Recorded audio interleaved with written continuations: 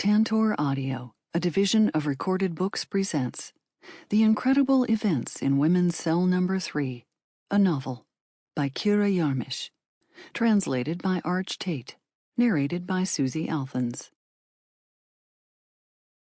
Day 1. If you asked Anya which day in prison had been the most trying, she would say the first. It had seemed both insane and endless. Prison time was elastic. It stretched out interminably, only to then fly like an arrow. It started with her waking up on a clammy, impermeable mattress in a detention cell in a Moscow police department. She had been arrested the day before, but her efforts to outrun the riot police, her journey in the police bus, and her registration at the police department had kept her busy enough to all but overlook how it had ended. The reality of being in police custody struck her only once she was locked in that cell. She had spent the night tossing and turning on the mattress, trying to pull her top down to avoid her body coming into contact with the oilcloth. The mattress was on the floor. There were no pillows, no blankets, and it was impossible to get comfortable. Either the arm under her head went numb, or she got pins and needles in her side. She could only tell that she had managed to get some fitful sleep when she jerked awake, which happened many times. What the time was, she had no idea. The cell was windowless, with only a dim light bulb above the door, which stayed on night and day. Her phone had been taken from her. Each time she woke, for want of anything else to do, she entertained herself by inspecting the wall in front of her, the peeling paint that looked like crushed eggshells, the suspicious streaks whose origins she preferred not to think about, the graffiti, "Lux up Biryuliova, Allahu Akbar." Waking up one last time with a jolt, Anya realized she was not imagining it. She could feel a tremor under the floor. The metro must be open. Morning had arrived. The police department began coming to life, as Anya could hear through her cell door, which had been left ajar overnight. A kindly, older cop had not locked it, but left it open a handbreadth. A chain on the outside ensured she opened it no farther. She lay, listening to the police arguing among themselves in the reception area, the telephone ringing off the hook, the rasping of a door lock, water flushing in a toilet she was eventually taken to visit. A policeman let her in and stayed outside to keep the door shut. Anya dithered and looked around her. A scene from Trainspotting came to mind, where the main character goes to the worst toilet in Scotland. He had clearly seen nothing like the one in the Tverskaya police department, with its chipped tile floor awash with murky fluid. A rusty chain hung from the water tank, and as for the toilet itself, it was a hole in the ground. Anya decided against going anywhere near it. Running the faucet for appearance's sake, while avoiding all contact with the squishy remnant of soap on the filthy edge of the wash basin, she emerged, and the policeman took her back to the cell. Time passed with demoralizing slowness. Her cell door was now shut tight, and did not allow in any outside sounds. She ran her eyes over the walls, which were barely visible in the dim light, but it was an unrewarding pastime. She felt heavy and clumsy from lack of sleep, and thoughts stirred sluggishly in her head. Anya could not tell how long she sat like that. Her heart seemed to begin beating more slowly, and she felt she was sinking into a trance-like state. Perhaps, indeed, suspended animation. When the door opened and a policeman came into the cell, Anya was startled, not sure what was happening. She was taken through to the reception desk and told to sit on a bench next to a sad-eyed woman who looked Roma, a young guy who was drunk, and a man with a large black eye. The fatherly cop, who had left her door partly open, took the box of her belongings out of a closet. "Get yourself together," he said. "You have to go to the court hearing." Anya turned on her phone, quickly checked her messages, put her belt back on, and laced up her sneakers. The laces had been taken from her before she had spent the night in the cell. "Don't make too much effort," the cop advised. You're going to court." "Why? Aren't laces allowed in court?" Anya asked in surprise. "They are, but you'll have to take them back off at the special detention center," he explained considerately. Anya was touched. Her appearance in court took less time than she expected, contrary to what she'd hoped, because it was at least light and airy there.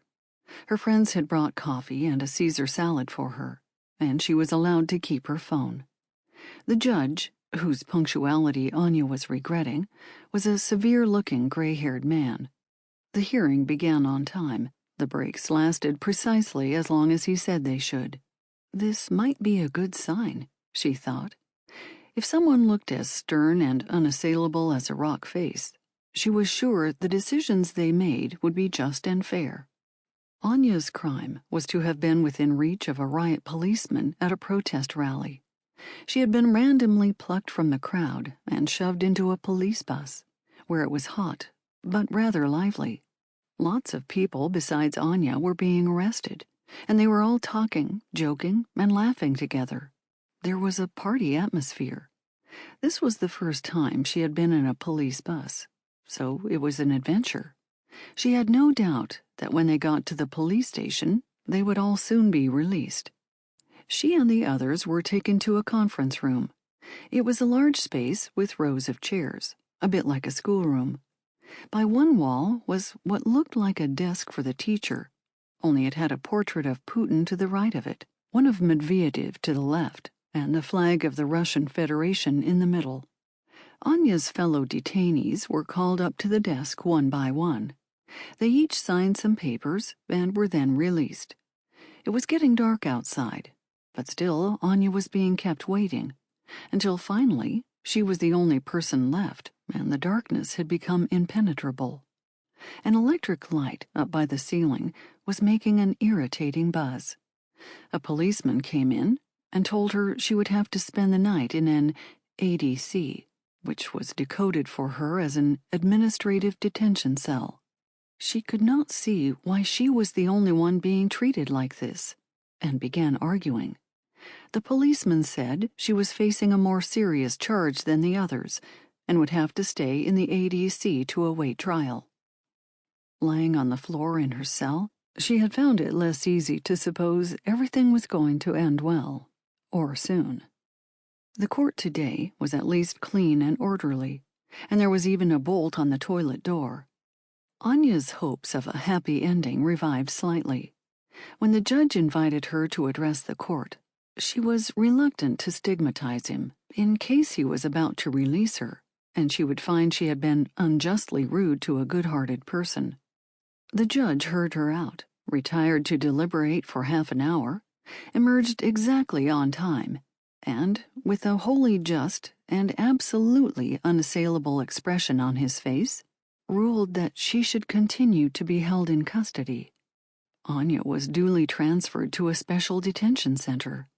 The two cops transporting her were in a hurry to get home, so they put a flashing light on the roof of their car and sailed past the Moscow traffic jams. Racing through the streets with the siren wailing, Anya felt like a big cheese in the criminal underworld. But this part of the day was also disappointingly brief. She looked out of the car window as apartment buildings flashed by, and reflected that even the most uninspired 5-story blocks appear unbelievably appealing to someone on whom a sentence has just been pronounced. Arriving at the special detention center, Anya's guards found that their speeding had been to no avail, because a whole line of police cars with detainees was held up in front of the gate. Another long wait followed. The cops at first took turns getting out of the car to smoke. Then they both got out at the same time. Then they led Anya out to join them. Inevitably, the discussion turned to politics. The senior cop sententiously pointed out what a lot of trouble Anya and her comrades were causing the police by organizing unsanctioned rallies. After delivering this reprimand, he moved on to complain about a judicial system that was putting Anya in prison for nothing more serious than her idiotic rallies, and thereby obliging him to drive her all over Moscow. Next, He excoriated the government for its thieving. Police salaries were dwindling, but the number of rallies they were called on to disrupt was not. Anya tried to point out tactfully the possibility of a connection between government thieving and protest rallies, but her guard was not looking for a debate partner. After deploring the chaos around him, the policeman started on the director of the Special Detention Center, who was keeping them in line in this heat and thereby proving himself to be his most powerful and perfidious foe. The cop ranted and railed, his buddy tacitly concurring, until finally the three of them were allowed inside. Anya was so worn out by the day's waiting, she was almost looking forward to quickly getting into her cell. But this was not to be. Her guards handed her over to the police at the center and made themselves scarce. Anya embarked on the process of being booked. The registration procedure consisted of several stages and was thoroughly ridiculous. First, the police gutted the bag of goodies that Anya's friends had brought to the court. She had no idea what was in it herself, so she studied the contents with no less interest than the officers did. It was even rather fun, like picking presents out of Santa's sack. The rubber flip-flops and sliced sausage might not be particularly wonderful, but after the ordeals of the day, she was not going to be picky with gifts. Everything was opened, sliced, or shaken out. About a third of her items were confiscated, and some she was advised to leave for now in the storage room rather than taking everything with her into the cell. The bag itself had to be left in storage because its shoulder strap represented a risk. Anya could not see how it could, so she naively asked the question. A pompous cop with fat cheeks, who she decided must be in charge, gave her a chilling look and said, "You might hang yourself." Anya shuddered and asked no more questions. In addition to the shoulder bag, other items deemed impermissible were a pencil sharpener, a blade, a packet of sunflower seeds, husks, hair conditioner, due to its non-transparent packaging, a pillow and blanket, also non-transparent, and much else besides, for reasons at which she could only guess. When she was instructed to discard several oranges, she broke her resolution and tentatively asked, "What's the problem with oranges?" "Might contain alcohol." "Really?" Anya asked in bafflement. "People inject alcohol into them with a syringe," the fat-cheeked cop explained wearily. "Soft fruit and vegetables, impermissible. Only apples, carrots, and onions are allowed. And radishes." After Anya had put the plundered remains of her belongings into a plastic bag, she was taken for a medical examination. This was performed in a small closet adjacent to the reception area. There were no onlookers, but the fisheye of a camera in the corner of the ceiling hinted at less than complete privacy. The doctor was a chubby, bespectacled, fairly young woman who might have seemed likable, but for the expression of withering contempt on her face. She eyed Anya disparagingly, as if unerringly able to recognize an incorrigible case when she saw one. She ordered Anya to take her clothes off. "What? Everything?" Anya asked, with a sideways glance at the camera. "Just your shirt and jeans. Now, show me your back. Were you beaten at the police station?" "What?" "I'll take that as a no. So, why is there bruising down your spine?" Anya tried twisting around to look, but, needless to say, could see nothing. "What bruising?" she asked anxiously. "Perhaps it's from lying on the mattress there." "Some mattress. Right, and what's this bruise on your leg?" "That's definitely from when I fell off my bike the other day." She fell off her bike. "Any complaints?" "No," Anya said quickly, and the doctor instantly snapped shut her book and made for the door, managing to convey disdain, even with her back turned. It was time to have her fingerprints taken, which was called finger rolling.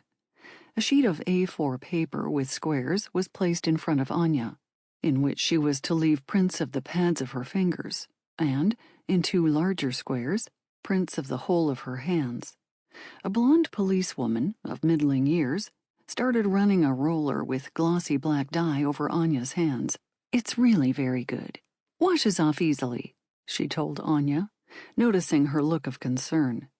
It was unclear whether she was bragging or offering reassurance. When it was all done, Anya assumed she would at last be taken to her cell. However, the pompous cop brought another tome out of the side room. Anya groaned inwardly.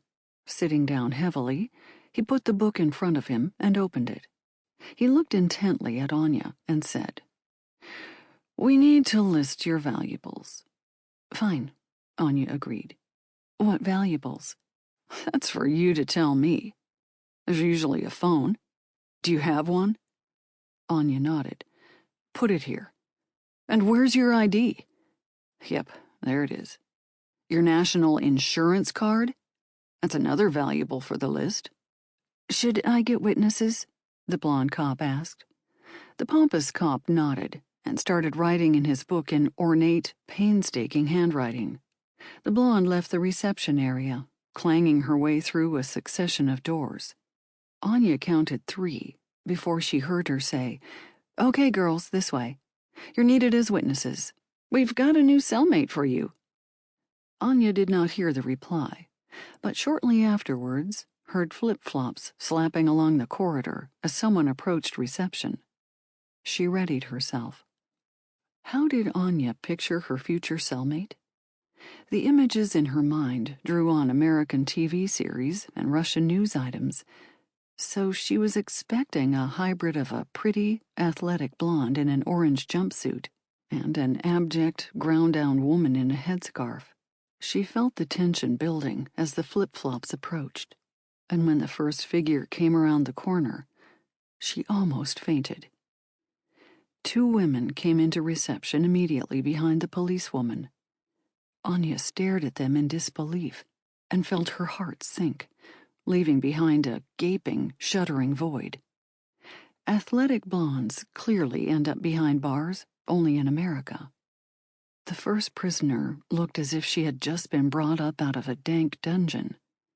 Anya was struck by how pitifully thin she was, her bony shoulders sprinkled with purple pimples, her ribcage skeletal. She was wearing a tank top with spaghetti-like shoulder straps and, in the presence of cops uniformed up to the ears, seemed almost naked, which made her appearance even more dreadful. She looked like a skeleton in a biology class, rather than a live human being. The woman's gaunt face was yellowed. Thin curls straggled over her forehead, and through them, she glared out at the cops and at Anya with fiendish hostility. The prisoner following her looked better, but only because of the very low baseline. Anya found her troubling, too.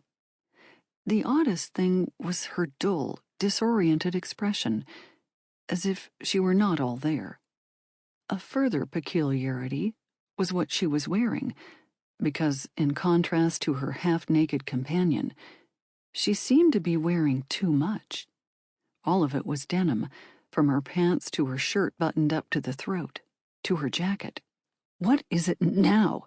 the first one demanded, looking venomously at the police.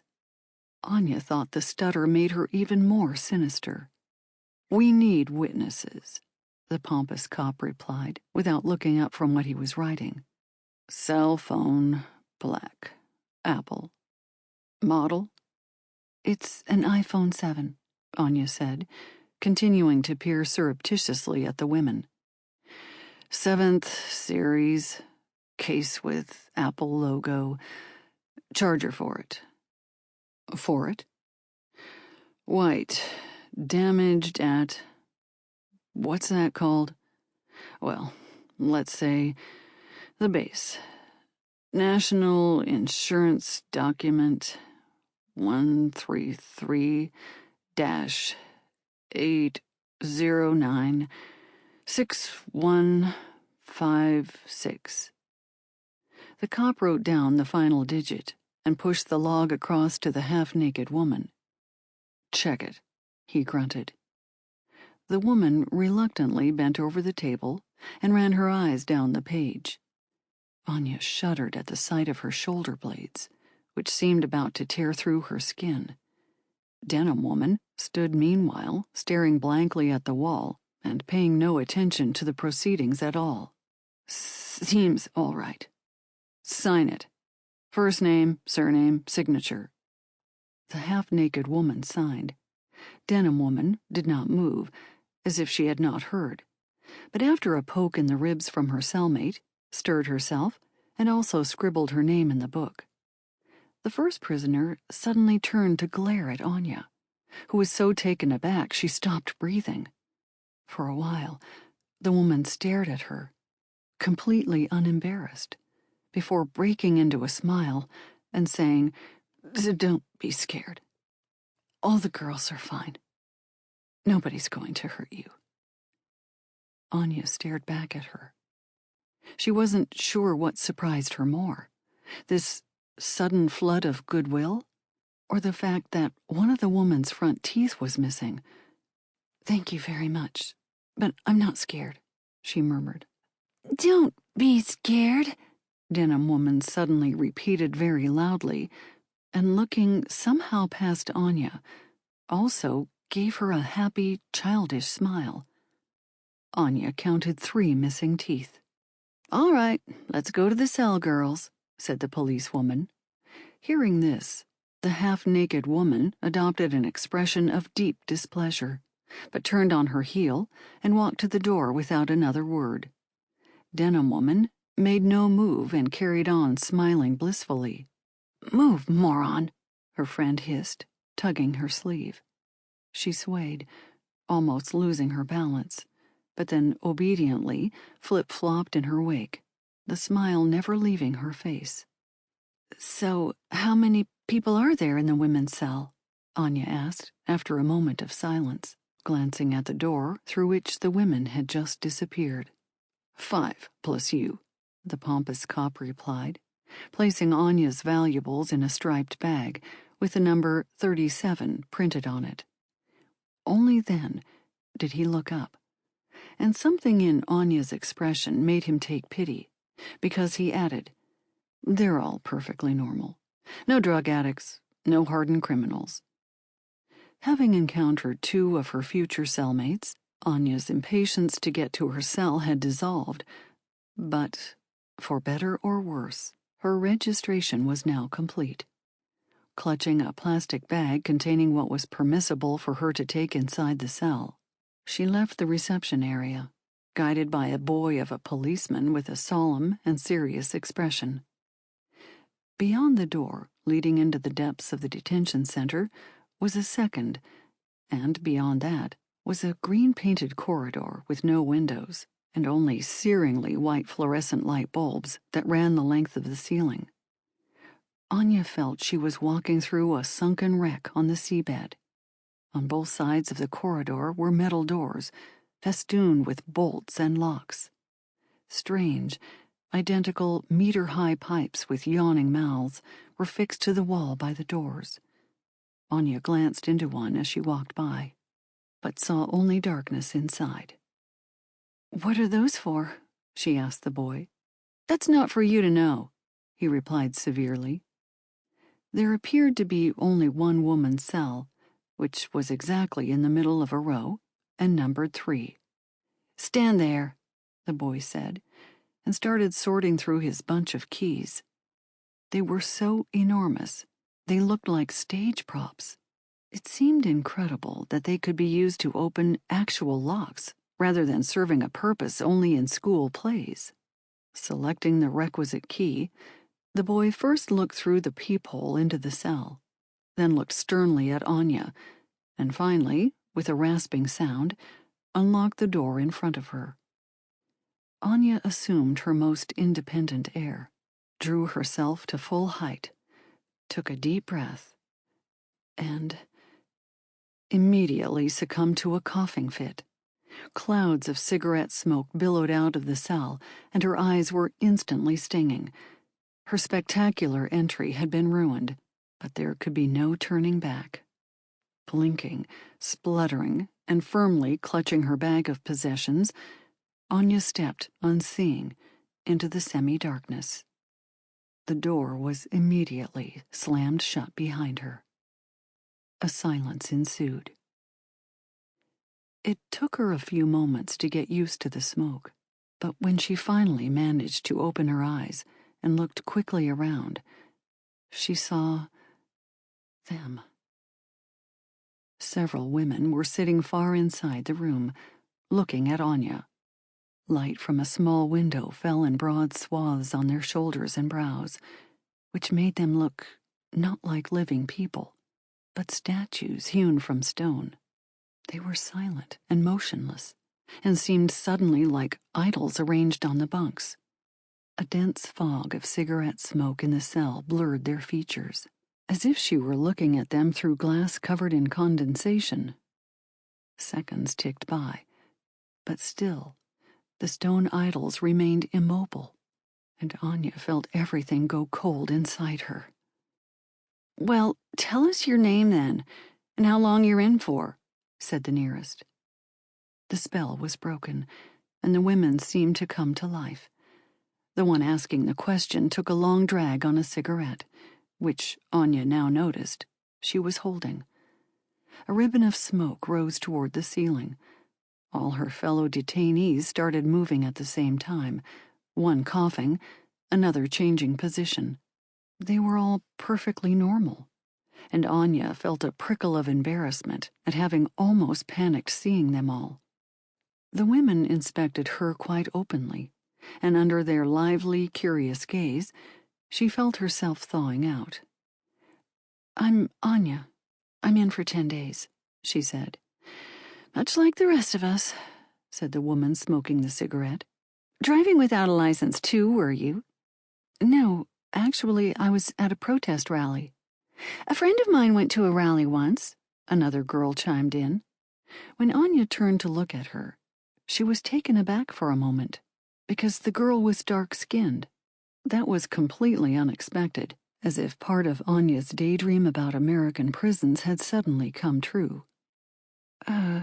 May I sit here?" Anya asked, recovering her poise and pointing to a vacant bunk. "Sit where you like," grunted the smoker. The cell was spacious and much less gloomy than Anya had thought in that first moment. The walls were painted a delicate peach color, nothing like how she had pictured such places. There was music coming from a radio somewhere. Looking around, she spotted a mesh-covered recess above the door. The floor was wooden, and the furniture consisted of a lopsided locker in the corner, piled high with packets of tea and biscuits, and 4 narrow bunks. One corner of the room, where the walls were tiled, comprised the bathroom, with a wash basin and a small cubicle that obviously served as a toilet. Its walls extended to shoulder height on Anya, and on its diminutive door a sheet of paper torn from an exercise book urged, "Run the faucet when using." "Want some tea?" her half-naked former witness asked hospitably. "If I may." The woman stood up and started rummaging in a pile of blankets on the top bunk. Anya looked for any sign of a kettle, although she would have been surprised to find one, given that she had not been allowed to bring even a pencil sharpener into the cell. In the meantime, the woman extracted a misted plastic bottle from under the blankets, poured hot water from it into a plastic cup, and dropped in a tea bag. "I'm Natasha," she said, handing Anya the tea with an encouraging smile. The tea was just short of lukewarm. Anya mumbled something suitably appreciative and took a hasty sip, feeling it important to show enthusiasm and not give offense. She had no way of knowing how she was expected to behave here. The other women said nothing and carried on looking at her. Anya hesitantly inquired, "What's your name?" "Katya," responded the girl with the cigarette, exhaling. She said it in an offhand manner, almost grudgingly, As if to make it clear, the question was of no interest. Sample complete. Ready to continue?